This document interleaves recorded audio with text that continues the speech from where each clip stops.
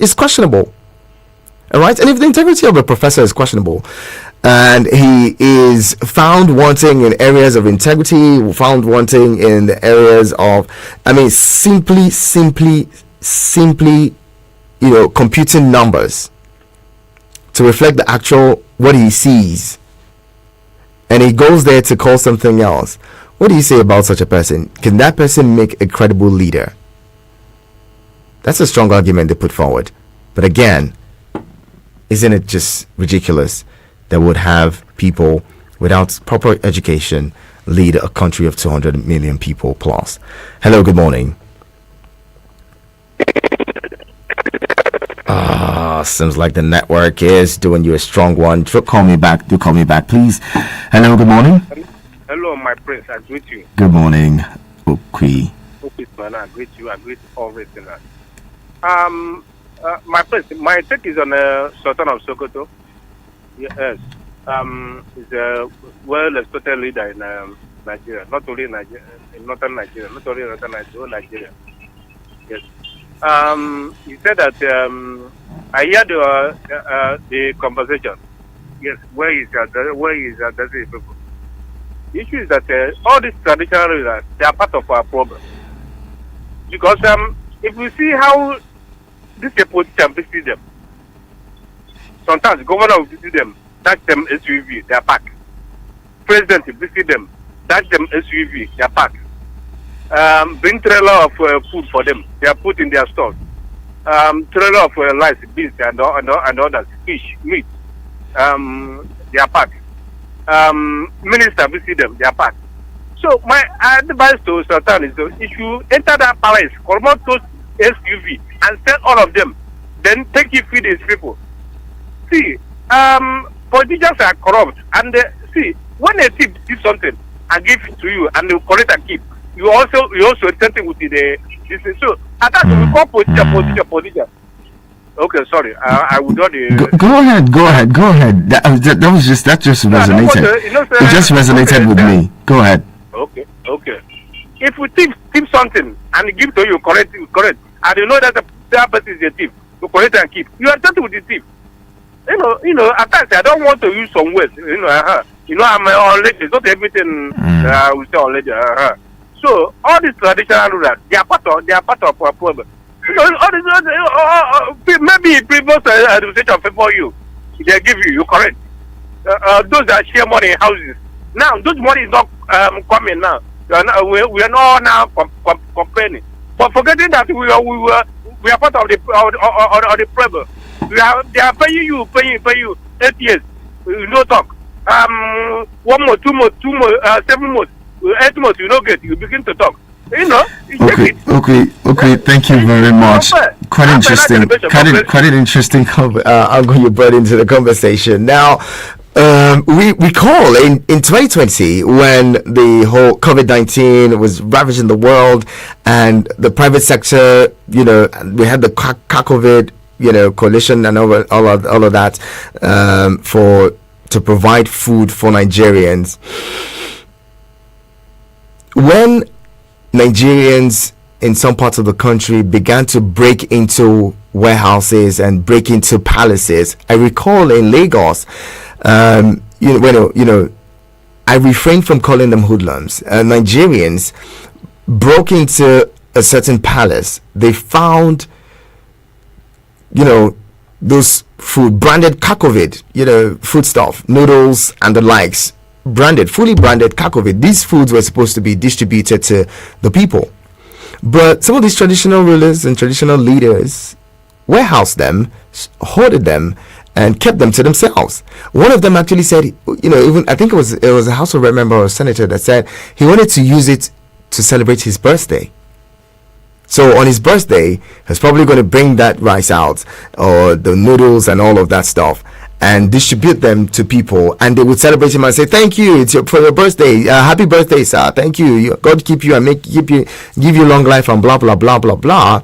Meanwhile, that food should have been given to them and distributed to them a long time ago, when they actually needed it.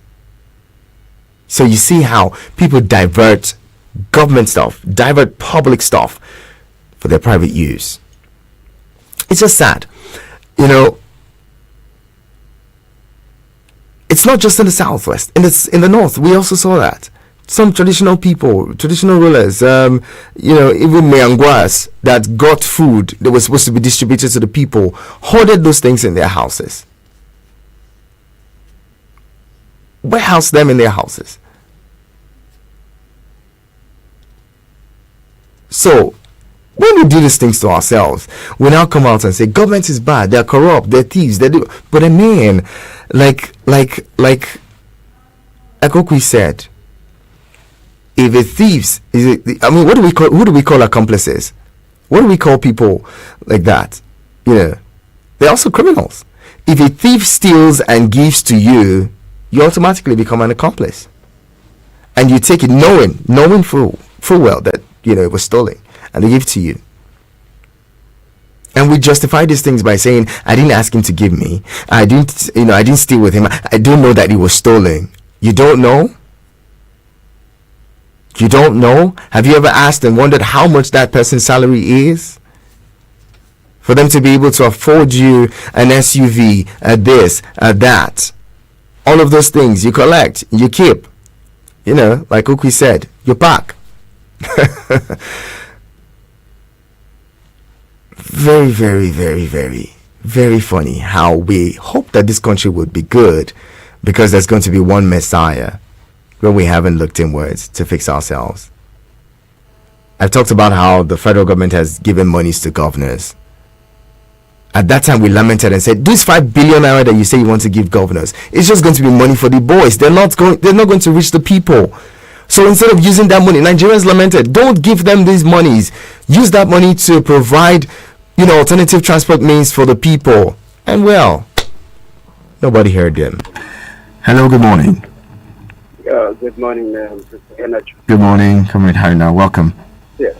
It seems the other line that ends with 4 for have issues. I don't know what's happening with this line. It's been acting up. I think on Tuesday I tried call via that line. I'm not. You can't hear me. So sometimes yes, we can hardly hear you. Some other times it just doesn't connect. I don't know. I think we're going to have to work on it. The engineers will get on this. Thank you again, Comrade Haruna. All right. Thank you very much. I think a lot has been happening in this country, and it seems like our leaders are not being. If our leaders are not informed, they are not aware of challenges Nigerians are passing through on a daily basis. For them, providing palliatives and what have you, pushing the effect of the challenges we are facing at hand is just a temporary solution. And they have not come out with any blueprint of saying this is the way out. It's been promised last year by January, refinery will start working. We all applaud them on air, appreciate them that yes, they've done well. Nothing. Okay, Mr. Henacho, we will just keep on praying for God to touch the heart of our leader. I think that's just what we do. Stop lamenting. Thank you very much. Thank you very much, Comrade Haruna. Again, you see, I really always want to pity, feel a sense of sympathy for those who supported certain people, and now they're receiving a backlash for supporting whoever they supported during the elections. All right. Because the mentality or the idea, thinking that we're going to have one Messiah, because he's from this party, or because he's from this part of the country, or because he practices this religion, he's going to be a Messiah and going to save us from all of our woes, it's just ridiculous. Because the truth is, one man cannot dramatically change the fortunes of this country. We are an oil exporting country. We belong to OPEC. While we're doing $2 billion, Saudi Aramco is doing 160 billion or so dollars. Today, Saudi Aramco's market cap is about $2 trillion, if not more, $2 trillion. Saudi Aramco is the only top company amongst the, all non-tech company amongst the most performing companies in the world.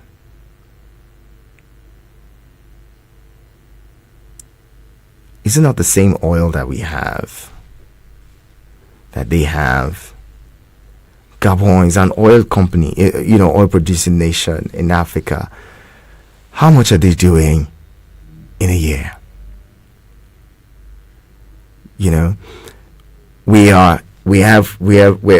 plagued with oil theft, plagued with this insecurity, plagued with high inflation numbers, plagued with unemployment, plagued with, come on. Saudi citizens, are they hungry? What is wrong with Africa? What's going on here? There's more than meets the eyes. Because we hear of billions every day, billions of naira every day, trillions of naira every day. Yet Nigerians have remained poor and continue in poverty because we believe in bring the money, share the money.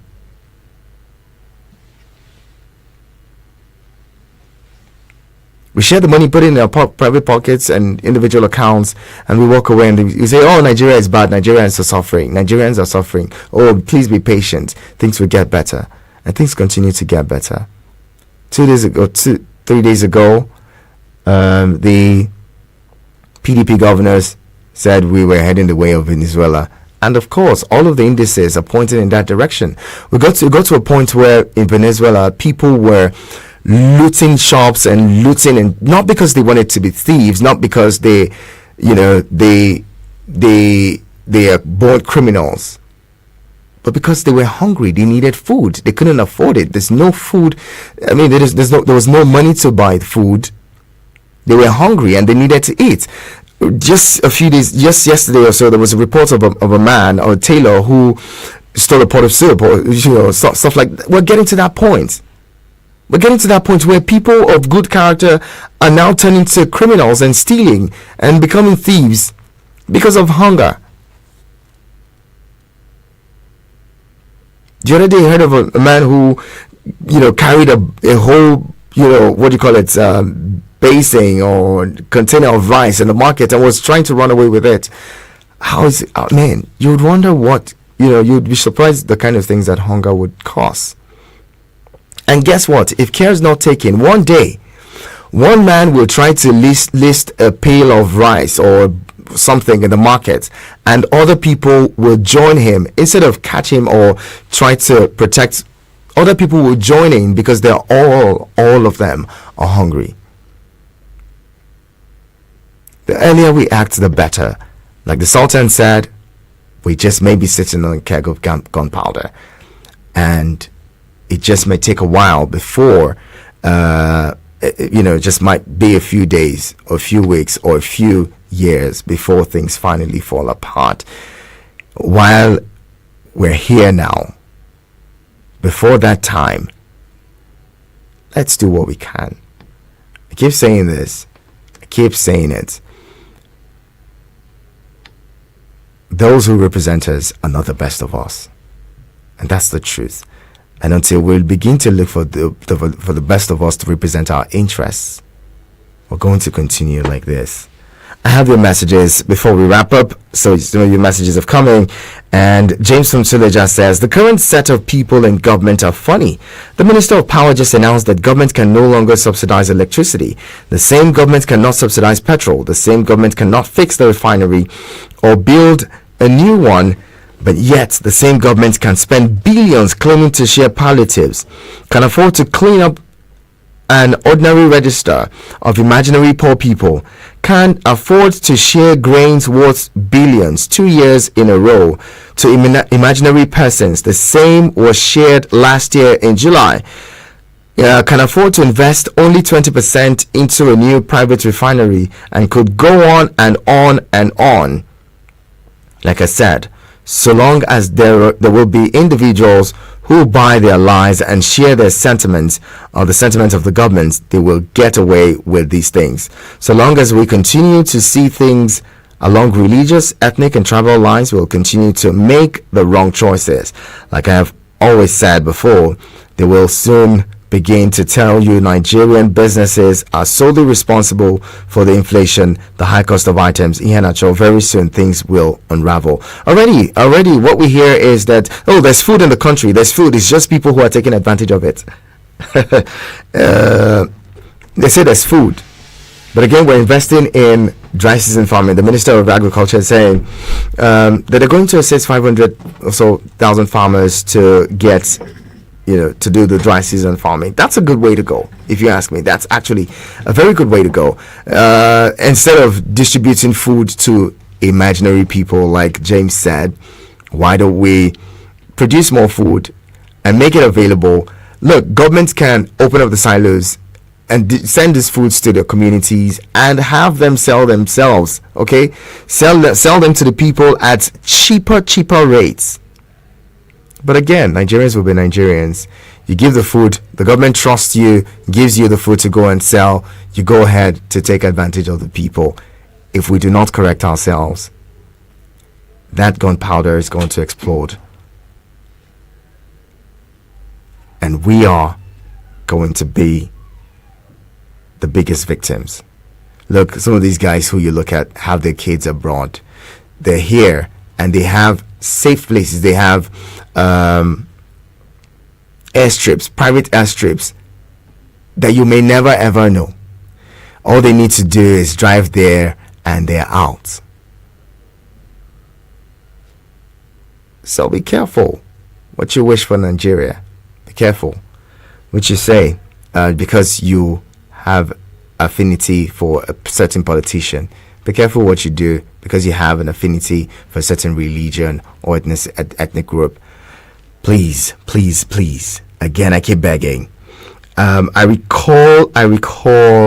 I think it was the late 90s when things got really, really terrible, and the leader of a nation died, and instead of the nation to be thrown into mourning, there was jubilation across the country. Some of you would remember it. It happened in the late 90s. It is sad that people will rejoice over the passing of someone, anybody at all, let alone the head of state or the president or the leader of a country. Kumade is here. Kumade's message reads, I have 2 points to contribute to this program this morning. 1, having some government stores where food are sold at cheaper prices won't work at all. The reason is this: these dealers will end up buying all the food products, stock and sell them at an exorbitant price. If the government is honest, let them set an institution saddled with the responsibility of controlling prices of commodities across board. 2, I beg to disagree with the opinion of any religious leader at this hard time. They are responsible for this dismay we found ourselves. Instead of calling their followers to vote for credibility, they were in churches and mosques prophesying and endorsing their preferred candidates. The North heavily campaigned for this administration because of the Muslim ticket. They never looked out for credibility and political will. We can only persevere till 2027, Mr. Hanacho. There is nothing we can do. Kumade there. Kumade, that's your thoughts. I don't know about it, but appreciate you sending your message in. Franklin from Dugbe says, good morning, Prince. God bless Nigeria. Nigeria will not work until the people that own Nigeria, which is the youth, remove tribalism, religion, and sentiment among themselves and stand a fight and work for their future. Since the youth of Nigeria refuse to do the needful, hunger will force them to do the needful. So they say government is bigger than people, but does not. But does only one thing.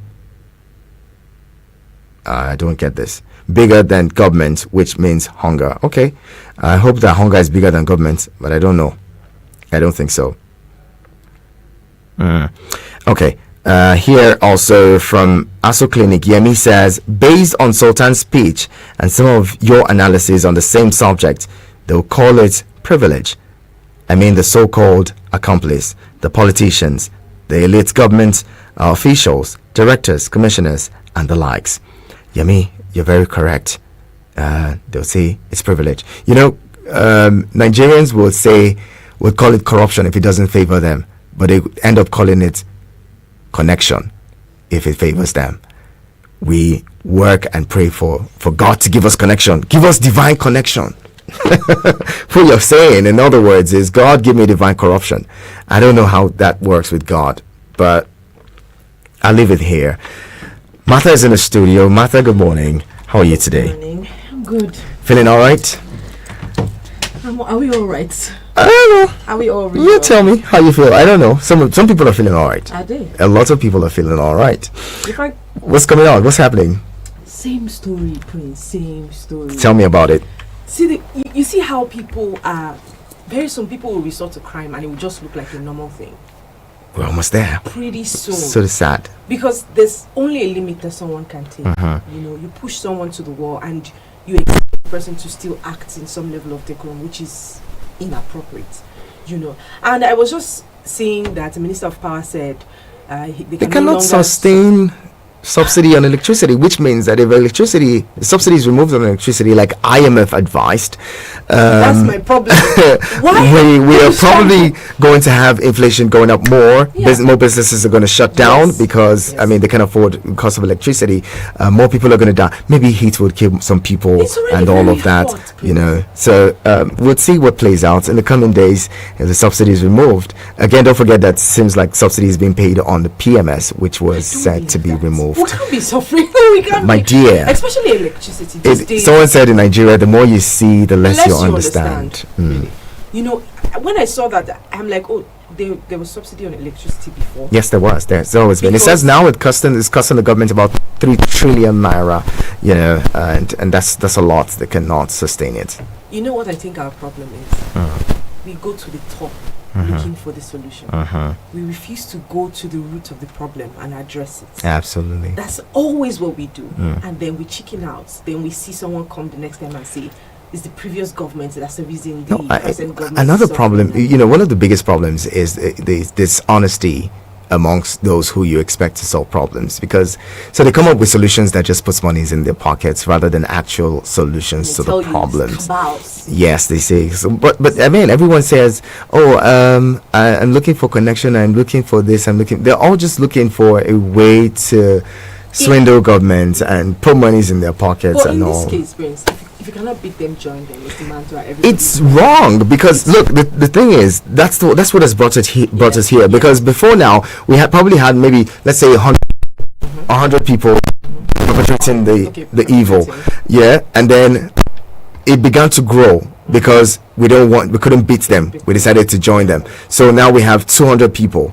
and then next time we have 500 people, and before you know it, we have 1 million people who are all just jostling to put something in their pockets, and they're stealing billions and billions and billions. So at what point would we begin to beat them? The truth is, the masses do not know their power. The everyday Nigerian does not understand the power that they wield.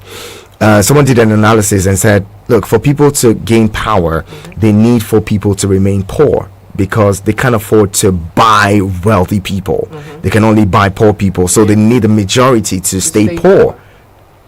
And as far as the poor do not recognize that they have that power, and they should have the willpower to reject whatever it is that's offered them, you know, for their votes and for their support. As long as we do not recognize that power, we're still going to be. I mean, we do to an extent, but again, how do you recognize your power and then you allow your power to be used against you, and you choose religion over that power that you have? You choose ethnicity over that power. It just shows that you don't know what your power is. I'm not happy that we're all going through what we're going through, but the good thing is we all are experiencing, the consequence of the actions that we have taken in the last few years and months and all of that too. it probably would be an eye opener. But I'm hoping that during the next election, we don't have to come and start. You know, some talking people about would say this that it's still again. pretty young. This administration, 7 months or 8 months in, that maybe give them some more time. But I recall that the Buhari administration went in a similar way. Yes. Even the Jonathan administration said, "Oh, the second. Don't worry. When he comes in the second tenure, he's going to work." But those who follow politics know that the second tenure is just to further enrich ourselves. We're not going to do anything. We're just going to buy the next election because we're already in power. Yeah. So business news is up next, people. Martha has got you here. Martha, what do you think about people? The people who argued against the qualification. The amendment for the qualification of office holders in the country, political office holders in the country, especially the president, governors, state assembly members, and the likes. It's just a reflection of who we are as Nigerians. That's what I was going to talk about that extensively today because we have no wonder you see professors out there doing menial jobs.